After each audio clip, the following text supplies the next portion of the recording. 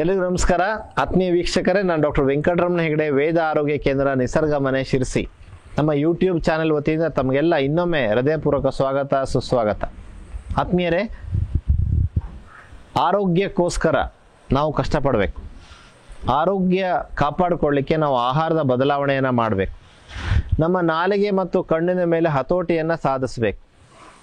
S, ನಮ್ಗೆ ಇಷ್ಟ ಬಂದಿದ್ದೆಲ್ಲ ತಿಂತಾ ಹೋಗ್ಬಿಟ್ರೆ ಪ್ರಾಬ್ಲಮ್ ಆಗ್ತಾ ಹೋಗುತ್ತೆ. ನಮ್ಮ ಈ ರುಚಿ ಏನಿದೆಯಲ್ಲ, ನಾವು ರುಚಿ ಹಿಂದ್ಗಡೆ ಹೋಗ್ತೇವಲ್ಲ, ಇದು ಇವತ್ತು ಅನಾರೋಗ್ಯಕ್ಕೆ ಕಾರಣ ಆಗಿದೆ. ನಿಮಗೆ ಒಂದು ಉದಾಹರಣೆಯ ಮೂಲಕ ಹೇಳಬೇಕು ಅಂದರೆ, ನಮಗೆ ಕ್ಯಾಲ್ಸಿಯಂ ಕಡಿಮೆ ಆಗ್ತಾ ಇದೆ ಇವತ್ತು ಬೋನಲ್ಲಿ. ಒಂದು ಚೂರು ಬಿದ್ದರೆ ಸಾಕು ಹಿಪ್ ಫ್ರ್ಯಾಕ್ಚರ್. ಹಾಗಾದ್ರೆ ಈ ಕ್ಯಾಲ್ಸಿಯಂ ಕೊರತೆ ಆಗಲಿಕ್ಕೆ ಈ ಒಂದು ನಮ್ಮ ಬೋನು ಫ್ರೆಜೈಲ್, ಮುರಿದೇ ಹೋಗ್ಬಿಡುತ್ತೆ. ಇದಕ್ಕೆ ಏನು ಕಾರಣ? ಈ ಕ್ಯಾಲ್ಸಿಯಮನ್ನು ಬೋನಿಂದ ಲೂಟ್ ಮಾಡೋರು ಯಾರು? ಇವತ್ತಿನ ಸಂಚಿಕೆಯಲ್ಲಿ ಕ್ಯಾಲ್ಸಿಯಂ ಲೂಟರ್ಸ್, ಕ್ಯಾಲ್ಸಿಯಮನ್ನು ಕದಿಯೋರು ಯಾವುದು ಅಂತ ಹೇಳ್ತೇನೆ. ಸೊ ಕ್ಯಾಲ್ಸಿಯಂ ಕಳ್ಳರಿದ್ದಾರೆ, ಎಚ್ಚರ. ಯಾರಿವರು ಕ್ಯಾಲ್ಸಿಯಂ ಕಳ್ಳರು?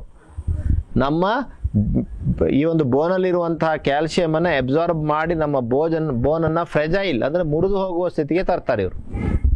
ಇವತ್ತು ಬೇರೆ ಬೇರೆ ಗಂಟುಗಳ ನೋವಿಗೆ, ಇವತ್ತು ಹಿಪ್ ಫ್ರ್ಯಾಕ್ಚರ್ ಆಗಲಿಕ್ಕೆ, ಚೂರು ಬಿದ್ದರೆ ಮಂಡಿ ಮುರಿದೋಗ್ಲಿಕ್ಕೆ ಕಾರಣನೇ ಈ ಒಂದು ಫ್ರೆಜೈಲ್ ಬೋನ್. ಹಾಗಾದರೆ ಈ ಒಂದು ಬೋನ್ ಇಷ್ಟು ಬೇಗ ಮುರಿದು ಹೋಗಲಿಕ್ಕೆ ಕಾರಣವಾದಂತಹ ಅಥವಾ ಕ್ಯಾಲ್ಸಿಯಮನ್ನು ಬೋನಿಂದ ಲೂಟ್ ಅಂದರೆ ಕದಿಯುವಂತಹ ಕಳ್ಳರು ಯಾರು ಅಂತ ಹೇಳಿ ನಾನು ಹೇಳ್ತೇನೆ. ಮೊದಲನೇದಾಗಿ ಫ್ಲೋರೈಡ್. ಹೌದು, ಟ್ಯಾಪಿನ ತುದಿಯಲ್ಲಿದೆ ಅಂತ ಹೇಳ್ತಾರೆ. ಏನು ಅಂದರೆ ನೀರಿನಲ್ಲಿ ಫ್ಲೋರೈಡ್ ಇದೆ, ಟ್ಯಾಪಿಂದಾಗಿ ಫ್ಲೋರೈಡ್ ಜಾಸ್ತಿ ಆಗತ್ತೆ ನಮಗೆ. ಅಲ್ಲಿ ನಮ್ಮ ಒಂದು ಕ್ಯಾಲ್ಸಿಯಮನ್ನು ಕದಿಯುವಂಥ ಕೆಲಸ ಆಗತ್ತೆ. ಅಂದರೆ ಅನೇಕ ಕಡೆ ಇವತ್ತು ಎಷ್ಟೋ ಡೀಪಾಗಿ ಬೋರ್ ತೆಗಿತಾರೆ. ಸೊ ಆ ನೀರಲ್ಲಿ ಫ್ಲೋರೈಡ್ ಅಂಶ ಜಾಸ್ತಿ ಇರುತ್ತೆ. ಫ್ಲೋರೈಡಿಂದ ಯಾವ ಥರ ಈಗ ತೊಂದರೆ ಆಗುತ್ತೆ ಅಂತ ಹೇಳಿ ಸಂಶೋಧನೆಗಳು ಏನು ಹೇಳಿದೆ ಅಂತ ನೋಡೋಣ. ಸೇವ್ ಅವರ್ ಬೋನ್ ಅನ್ನುವಂತಹ ಒಂದು ಮ್ಯಾಗ್ಝಿನ್, ಯಾವುದು ಸೇವ್ ಅವರ್ ಬೋನ್ ಅನ್ನುವಂತಹ ಒಂದು ಮ್ಯಾಗ್ಝಿನಲ್ಲಿ ಒಂದು ಸ್ಟಡಿ ಪಬ್ಲಿಷ್ ಆಗಿದೆ. ಅವ್ರು ಹೇಳ್ತಾರೆ, fluoride the invisible threat to your bones.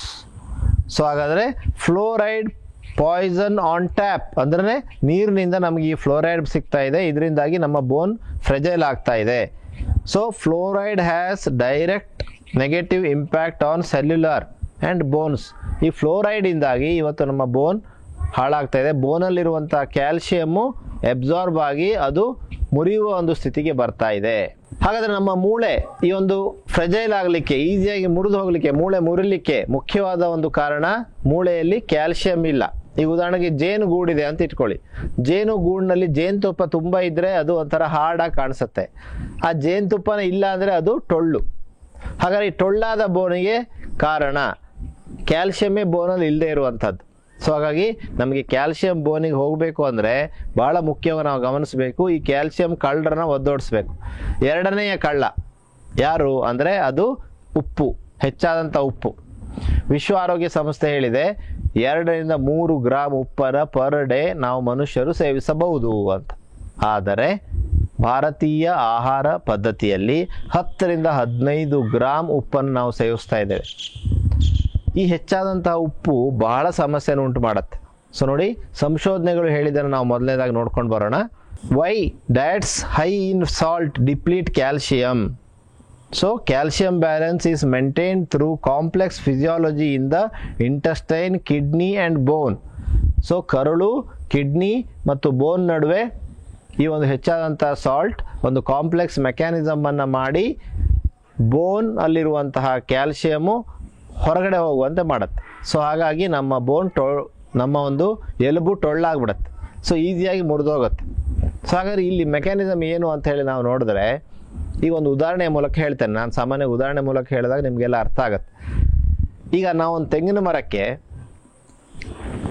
ಸಮಸ್ಯೆ ಉಂಟಾಯಿತು ಅಂತಾದರೆ, ಅಲ್ಲಿ ಉಪ್ಪಿನ ಅಂಶ ಜಾಸ್ತಿ ಆಯಿತು, ಎಸಿಡಿಟಿ ಅಂಶ ಜಾಸ್ತಿ ಆಯಿತು ಅಂದರೆ ಅಲ್ಲಿ ನಾವು ಕ್ಯಾಲ್ಸಿಯಂ ಸುಣ್ಣವನ್ನು ಹಾಕ್ತೇವೆ. ಸುಣ್ಣವನ್ನು ಹಾಕಿದಾಗ ಅಲ್ಲಿ ಬ್ಯಾಲೆನ್ಸ್ ಆಗುತ್ತೆ. ಸುಣ್ಣ ಅಂದರೆ ಯಾವುದು? ಕ್ಯಾಲ್ಸಿಯಂ. ಸೊ ಕ್ಯಾಲ್ಸಿಯಮನ್ನು ಹಾಕಿದಾಗ ಅಲ್ಲಿ ನ್ಯೂಟ್ರಲೈಸ್ ಆಗುತ್ತೆ. ಅದೇ ಥರ ನಮ್ಮ ಹೊಟ್ಟೆಯಲ್ಲಿ ಎಸಿಡಿಟಿ ಜಾಸ್ತಿ ಆದಾಗ ನಾವು ತೆಗೆದುಕೊಳ್ತಾ ಇರುವಂತಹ ಹೆಚ್ಚಾದಂಥ ಉಪ್ಪು ಎಸಿಡಿಟಿಯನ್ನು ಉಂಟು ಮಾಡುತ್ತೆ. ಈ ಎಸಿಡಿಟಿ ಜಾಸ್ತಿ ಆದಾಗ ಎಸಿಡಿಟಿಯನ್ನು ಸರಿ ಮಾಡಲಿಕ್ಕೆ, ಬ್ಯಾಲೆನ್ಸ್ ಮಾಡಲಿಕ್ಕೆ ದೇಹ ಏನು ಮಾಡುತ್ತೆ? ಬೋನಲ್ಲಿರುವಂಥ ಕ್ಯಾಲ್ಶಿಯಮನ್ನು ತೆಗೆದು ತಂದು ಇಲ್ಲಿಗೆ ಬಿಡುತ್ತೆ. ಅಲ್ಲಿಗೆ ಬೋನು ನಮ್ಮ ಎಲುಬು ಟೊಳ್ಳಾಯಿತು, ಅದರ ಹೊಟ್ಟೆಯ ಭಾಗದಲ್ಲಿ ಅಥವಾ ರಕ್ತದಲ್ಲಿ ಎಸಿಡಿಟಿ ಮೇಂಟೈನ್ ಆಗಲಿಕ್ಕೆ ಸಾಧ್ಯ ಆಯಿತು. ಸೊ ಹಾಗಾಗಿ ಅದು ಬಾಡಿ ಮೆಕ್ಯಾನಿಸಮ್. ಹಾಗಾಗಿ ಇಲ್ಲಿ ಮುಖ್ಯವಾದಂತಹ ಕಾರಣ ಉಪ್ಪು ಹಾಗೂ ಹೈಪರ್ ಎಸಿಡಿಟಿ. ಸೊ ಹಾಗಾಗಿ ನಾವು ಈ ಒಂದು ಹೈಪರ್ ಎಸಿಡಿಟಿ ಆಗದೆ ಇದ್ದಾಗೆ ತಡಿಬೇಕು. ಅದು ತಡಿಬೇಕು ಅಂದರೆ ಉಪ್ಪನ್ನು ಕಡಿಮೆ ಮಾಡಬೇಕು. ಸೊ ಉಪ್ಪು ಮತ್ತು ಉಪ್ಪಿನಕಾಯಿ ಇವತ್ತು ನಮ್ಮ ಶತ್ರುಗಳು. ಸೊ ಹಾಗಾದರೆ ಹೆಚ್ಚಾದಂತಹ ಉಪ್ಪು ಯಾರು? ಕಳ್ಳ. ಯಾರ್ದು? ಕ್ಯಾಲ್ಸಿಯಮ್ದು. ಅಲ್ಲಿಗೆ ನಮ್ಮ ಎಲುಬು ಟೊಳ್ಳಾಗಲಿಕ್ಕೆ ಮುಖ್ಯವಾದ ಇನ್ನೊಂದು ಕಾರಣ, ನಮ್ಮ ಆರ್ಥರೈಟಿಸ್ಗೆ ಮುಖ್ಯವಾದ ಇನ್ನೊಂದು ಕಾರಣ ಉಪ್ಪು. ಸೊ ಹಾಗಾಗಿ ನಾವು ಉಪ್ಪನ್ನು ಹತೋಟಿ ಮಾಡಲಿಕ್ಕೆ ಮನಸ್ಸು ಮಾಡಬೇಕು. ಇನ್ನು ಮೂರನೇ ವಿಷಯ, ನಮ್ಮ ಸನ್ ಸ್ಕ್ರೀನ್ ಲೋಷನ್. ನಾವು ವಿಟಮಿನ್ ಡಿ ಇಂದ ಇವತ್ತು ವಂಚಿತರ ಆಗ್ತಾ ಇದ್ದೇವೆ. ವಿಟಮಿನ್ ಡಿ ನಮಗೆ ಬೇಕು. ಇವತ್ತು ವಿಟಮಿನ್ ಡಿ ಸೂರ್ಯನ ಬೆಳಕಲ್ಲಿ ಸಿಗುತ್ತೆ. ನಾವು ಮುಖಕ್ಕೆ ಫುಲ್ ಸನ್ಸ್ಕ್ರೀನ್ ಲೋಷನ್ ಹಚ್ಕೊಂಡ್ಬಿಟ್ರೆ ವಿಟಮಿನ್ ಡಿ ಎಲ್ಲಿಂದ ಹೋಗಬೇಕು ಅಲ್ವಾ? ವಿಟಮಿನ್ ಡಿ ಉತ್ಪಾದನೆ ಆಗೋದಿಲ್ಲ. ಸೊ ಈ ಒಂದು ವಿಟಮಿನ್ ಡಿ ಯಾಕೆ ಬೇಕು ಅಂದರೆ, ಈ ಕ್ಯಾಲ್ಶಿಯಂ ನಾವು ಕುಡಿದಂಥ ಹಾಲಿನಲ್ಲಿ, ನಾವು ತಿಂದಂಥ ಆಹಾರದಲ್ಲಿರುವಂತಹ ಕ್ಯಾಲ್ಶಿಯಮು, ರಾಗಿಯಲ್ಲಿರುವಂಥ ಕ್ಯಾಲ್ಶಿಯಮು ಎಬ್ಸಾರ್ಬ್ ಆಗಲಿಕ್ಕೆ, ರಕ್ತದಿಂದ ಈ ಒಂದು ಬೋನಿಗೆ, ನಮ್ಮ ಎಲುಬಿಗೆ, ನಮ್ಮ ಒಂದು ಮೂಳೆಗೆ ತೆಗೆದುಕೊಂಡು ಹೋಗಲಿಕ್ಕೆ ಮುಖ್ಯವಾಗಿ ಬೇಕಾಗಿದ್ದು ಯಾವುದು? ಈ ಒಂದು ವಿಟಮಿನ್ ಡಿ. ಸೊ ಹಾಗಾಗಿ ಸೂರ್ಯನ ಬೆಳಕಿಗೆ ನಾವು ಮೈಯೊಡ್ಬೇಕು. ನಾವು ಸೂರ್ಯ ಸ್ನಾನ ಅಂತ ಹೇಳ್ತೇವೆ. ಬೆಳಗ್ಗೆ ಒಂದು 10 ಗಂಟೆ ಹೊತ್ತಿಗೆ, ಸಂಜೆ 4 ಗಂಟೆ ಹೊತ್ತಿಗೆ ಕಡಿಮೆ ಬಟ್ಟೆ ಧರಿಸಿ ಒಂದು ಅರ್ಧ ಗಂಟೆ ಸೂರ್ಯನ ಬೆಳಕಲ್ಲಿ, 15 ನಿಮಿಷ ಸೂರ್ಯನ ಬೆಳಕಲ್ಲಿ ಇದ್ದರೂ ಕೂಡ ನಮಗೆ ಸಾಕಷ್ಟು ವಿಟಮಿನ್ ಡಿ ಸಿಗುತ್ತೆ. ತನ್ಮೂಲಕ ನಮ್ಮ ಆರೋಗ್ಯ ಇಂಪ್ರೂವ್ ಮಾಡ್ಕೊಳ್ಳಿಕ್ಕೆ ಸಾಧ್ಯ ಆಗುತ್ತೆ. ನಮ್ಮ ಒಂದು ಬೋನ್ ಅಥವಾ ನಮ್ಮ ಒಂದು ಎಲುಬು, ನಮ್ಮ ಈ ಒಂದು ಮೂಳೆ ಸ್ಟ್ರಾಂಗ್ ಆಗಲಿಕ್ಕೆ ಸಾಧ್ಯ ಆಗುತ್ತೆ. ಹಾಗಾದರೆ ಆತ್ಮೀಯ ವೀಕ್ಷಕರೇ, ಇವತ್ತು ನಾವು ಈ ಒಂದು 2 ಜನ ದೊಡ್ಡ ಕಳ್ಳರನ್ನ ಅಭ್ಯಾಸ ಮಾಡಿದ್ದೇವೆ. ಅವ್ರನ್ನ ತಿಳ್ಕೊಡಿದೆ. ಯಾರ್ಯಾರು? ಫ್ಲೋರೈಡ್, ನೀರಿನಲ್ಲಿರುವಂಥ ಫ್ಲೋರೈಡ್ ಯುಕ್ತ ವಾಟರ್ನ ಉಪಯೋಗಿಸಬಾರ್ದು. ಫ್ಲೋರೈಡ್ ರಿಮೂವ್ ಮಾಡಿ ಉಪಯೋಗಿಸ್ಬೇಕು. ಎರಡನೇದು ಹೆಚ್ಚಾದಂಥ ಉಪ್ಪು. ಹಾಗೇನೆ ಇನ್ನೊಂದಂದರೆ ಈ ಒಂದು ಸನ್ಸ್ಕ್ರೀನ್ ಲೋಷನ್. ಇದರಿಂದಾಗಿ ನಮಗೆ ವಿಟಮಿನ್ ಡಿ ಸಿಗದೆ, ನಮಗೆ ಈ ಒಂದು ವಿಟಮಿನ್ ಡಿ ಸಿಗದೆ ಕ್ಯಾಲ್ಶಿಯಂ ಎಬ್ಸಾರ್ಬೇ ಆಗೋದಿಲ್ಲ.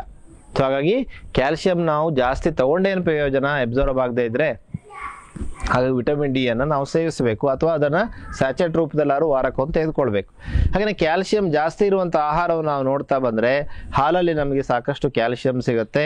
ಗ್ರೀನ್ ಲೀಫಿ ವೆಜಿಟೇಬಲ್ಸಲ್ಲಿ ನಮಗೆ ಸ್ವಲ್ಪ ಪ್ರಮಾಣದಲ್ಲಿ ಕ್ಯಾಲ್ಶಿಯಂ ಸಿಗುತ್ತೆ. ಬ್ರೊಕೋಲಿಯಲ್ಲಿ ನಮಗೆ ಸ್ವಲ್ಪ ಪ್ರಮಾಣದಲ್ಲಿ ಕ್ಯಾಲ್ಶಿಯಂ ಸಿಗುತ್ತೆ. ಇನ್ನು ನಾನ್ ವೆಜಿಟೇರಿಯನ್ ಫುಡ್ಡಲ್ಲಿ ಕ್ಯಾಲ್ಶಿಯಂ ಸಿಗುತ್ತೆ, ಆದರೆ ಬೇಯಿಸಿ ತಿನ್ನಬೇಕು, ಫ್ರೈ ಮಾಡಬಾರ್ದು.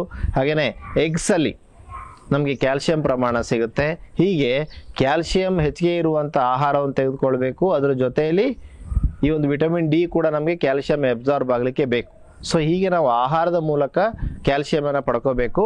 ಹಾಗೆಯೇ ಕ್ಯಾಲ್ಶಿಯಂ ಕಳ್ಳರನ್ನು ಆಹಾರದ ಮೂಲಕ ತೆಗೆದುಕೊಳ್ಬಾರ್ದು.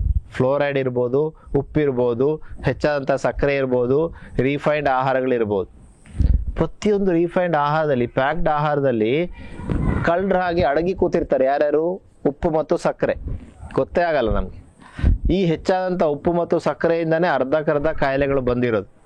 ಹಾಗಾಗಿ ದಯಮಾಡಿ ವೀಕ್ಷಕರೇ ಗಮನಿಸಿ, ಹೆಚ್ಚಾದಂಥ ಉಪ್ಪು ಹಾಗೂ ಹೆಚ್ಚಾದಂಥ ಸಕ್ಕರೆ ನಮಗೆ ಎಸಿಡಿಟಿಯನ್ನು ಜಾಸ್ತಿ ಮಾಡುತ್ತೆ, ಜೊತೆಗೆ ಕ್ಯಾಲ್ಶಿಯಮನ್ನು ಬೋನಿಂದ ತೆಗೆಯುವಂತೆ ಮಾಡುತ್ತೆ. ತನ್ಮೂಲಕ ನಮ್ಮ ಈ ಒಂದು ಎಲುಬು ಟೊಳ್ಳಾಗುವಂತೆ ಮಾಡುತ್ತೆ. ತನ್ಮೂಲಕ ನಮಗೆ ಬೋನ್ ಅಥವಾ ಎಲುಬಿನ ಫ್ರ್ಯಾಕ್ಚರ್ ಆಗುತ್ತೆ.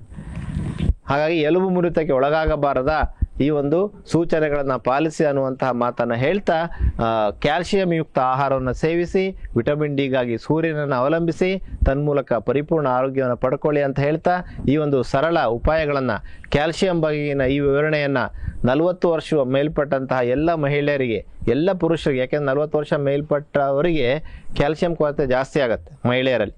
ಅವರಿಗೆಲ್ಲರಿಗೂ ನೀವು ಈ ಒಂದು ಸಂದೇಶವನ್ನು, ಈ ಒಂದು ವಿಡಿಯೋವನ್ನು ಶೇರ್ ಮಾಡಿ, ತನ್ಮೂಲಕ ಅವರಿಗೆಲ್ಲ ಸಹಾಯ ಆಗಲಿ ಅಂತ ಹೇಳ್ತಾ, ಮುಂದಿನ ಸಂಚಿಕೆಯಲ್ಲಿ ಇನ್ನಷ್ಟು ಹೊಸ ವಿಷಯಗಳೊಂದಿಗೆ, ಸರಳ ವೈಜ್ಞಾನಿಕ ವಿವರಣೆಗಳೊಂದಿಗೆ ನಾನು ಬರಲಿಕ್ಕಿದ್ದೇನೆ.